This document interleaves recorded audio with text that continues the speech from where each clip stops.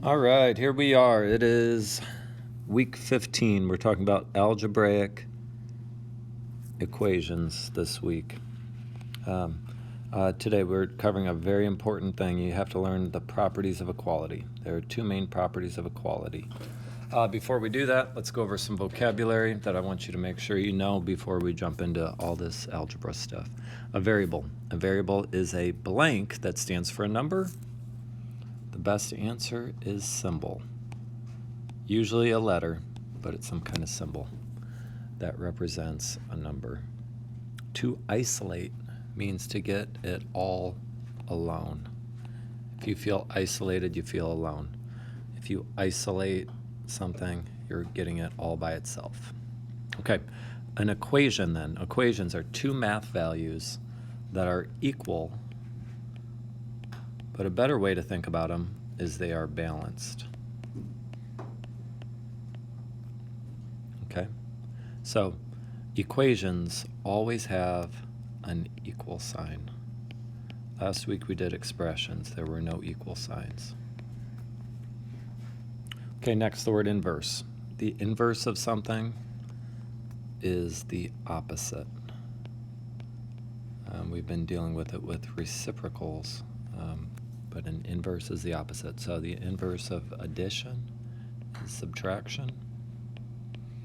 The inverse of multiplication is division. And vice versa. So subtraction's inverse is addition, and division's inverse is multiplication. They undo each other. So if I'm going to add 8 to something and then I subtract 8, it takes me back to what I started with. If I multiply something by 8 and then divide it by 8, I'm back to what I started with. Inverses undo. They're the opposite. Okay, the next word is a science term, a fulcrum. A fulcrum is where the lever on a balance rests. Okay, so if you think about a teeter-totter, the fulcrum is that center little wedge thing. That's the fulcrum. You don't have to draw this. You can draw this, but that is the fulcrum. With a fulcrum, both sides are balanced. The left side balances the right side. These are all important for where we're going today with algebra. Okay, in math equations, this is where you find the, what do you think goes there? The equal sign. Okay, for instance, if I put 8 over here and I put B over here, 8 equals B. If it's balanced. If I have a balance and it's unbalanced, and it's like this, and I have 8 on this side and B on this side, B is bigger than 8. So then we would say 8 is less than B. But that's unbalanced. That is not an equality, that's an inequality. And we'll deal with that another week. Inequalities, we use inequality symbols like what I'm drawing above. Okay, you don't need to do that in your notes. Just getting you to where we're going next. Okay, so that's our vocab for the week. If we understand that, it'll help us in what we're doing here. Okay, so what we're going to do is we're going to solve one-step equations. These are equations. 8 equals B. C equals 7. They are already balanced. They're already equations. We're going to do one-step equations. To solve one-step equations, what we're going to do is we're going to start with, if you can see below this, n plus 5 equals 12. Let's use that as our example right now. We can solve this in one step. What we need to do is we need to get the variable all alone. So the key to solving one-step equations, or to solve any equations that are algebraic, is we want to isolate the variable. You'll hear me use that phrase over and over again. We're going to isolate the variable. So in our equation, n plus 5 equals 12, right now it's balanced. But I want to get the n isolated. I want to get the n by itself. So I have to get rid of the plus 5. How am I going to get rid of plus 5? Well, first I'm going to draw a balance with the fulcrum as the equal size. Okay, so I'm drawing a balance. N plus 5 equals 12. There's my fulcrum. You don't have to draw that fulcrum every time. Let's do it on this next one. 8 equals b plus 3. We can just draw a straight line down, kind of. Okay, so it's showing us right now 8 equals b plus 3 on this side. So we'll draw a balance with the fulcrum at the equal sign, and then we're going to use inverse isolate operations.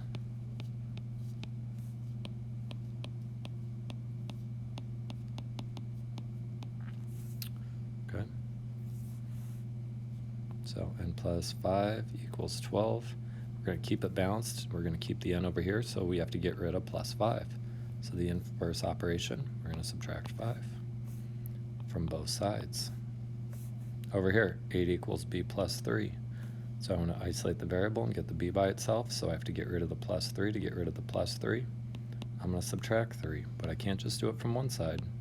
Because it's balanced, I do it to both sides. This next one, y minus 4 equals 7.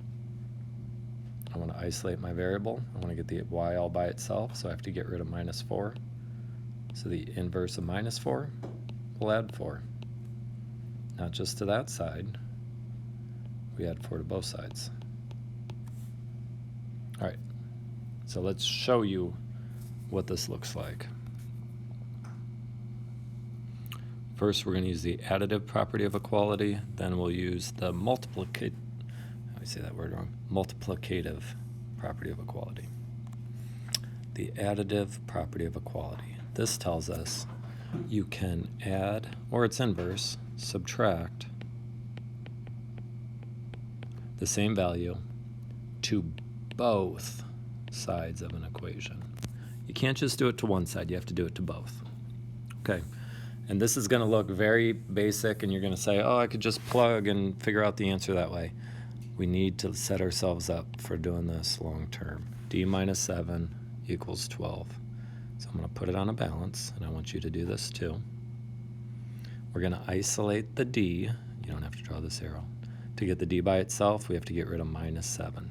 So the inverse of minus 7, the inverse operation, is we're going to add 7. So I want you to write plus 7.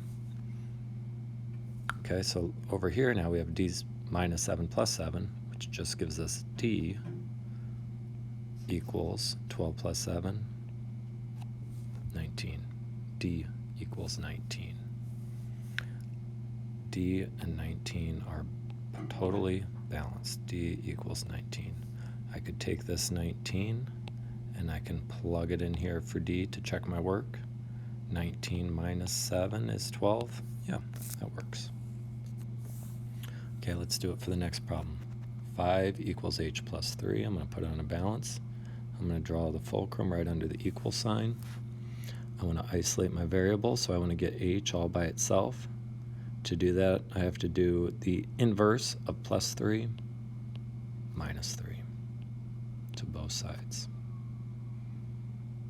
So on my left side, 5 minus 3 is 2. On my right side, h plus 3 minus 3 is h. So 2 equals h. That's my answer. Since I know 2 equals h, I could plug 2 in here and see 2 plus 3 is 5. All right, so this is the additive property of equality. Oh, I don't want to do this one. I drew that one wrong. Cross that one out. We're not getting there yet. We'll get there eventually. Next one, 5 plus r equals 8. I want to get r by itself. We know we can write this. It'd be better if I would have written it as r plus 5. Apologize for that. R plus 5 equals 8. So I want to keep r by itself on this side. To do that, I have to get rid of plus 5. So I'm going to subtract 5 from both sides. 8 minus 5, 3. R equals 3. I can take that 3, plug it in up here for r. 3 plus 5 is 8. All right, that's the additive property. Let's do the multiplicative property of equality now. This tells us you can multiply, or its inverse, divide the same value to both sides of the equation. You can't just do it to one side. Okay, so here we have n times 8 equals 24. to get the n all by itself, so I got to get rid of times 8, so I'm going to divide both sides by 8. Over here I'm left with n. Over here I have 24 divided by 8, 3. Plug in 3. 3 times 8 is 24. Yep, good to go. Next one, 15 equals 5s. 5s we know is the same as 5 times s. So I want to get rid of times 5, so I'm going to divide by 5. 3 equals s. You don't flip that. Don't put s equals 3, because the s is still on the right side of the equation. All right, the next one. T divided by 7 equals 3. I want to isolate my variable and get the t all by itself, so I'm going to do the inverse of divided by 7 times 7 to both sides. T equals 21. And I always want to just do a quick check. 21 divided by 7 is 3.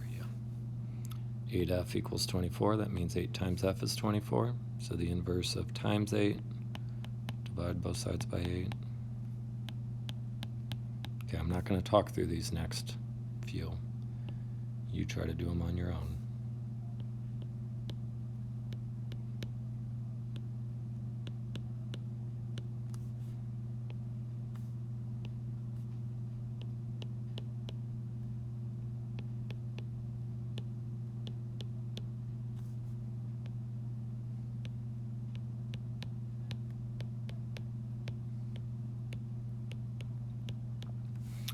All right, did you get the same answers as me? Always go back and check, plug the number in, make sure it makes sense, make sure it works, take that extra time.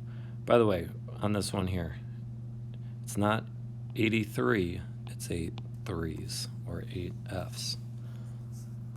Let's not make that mistake.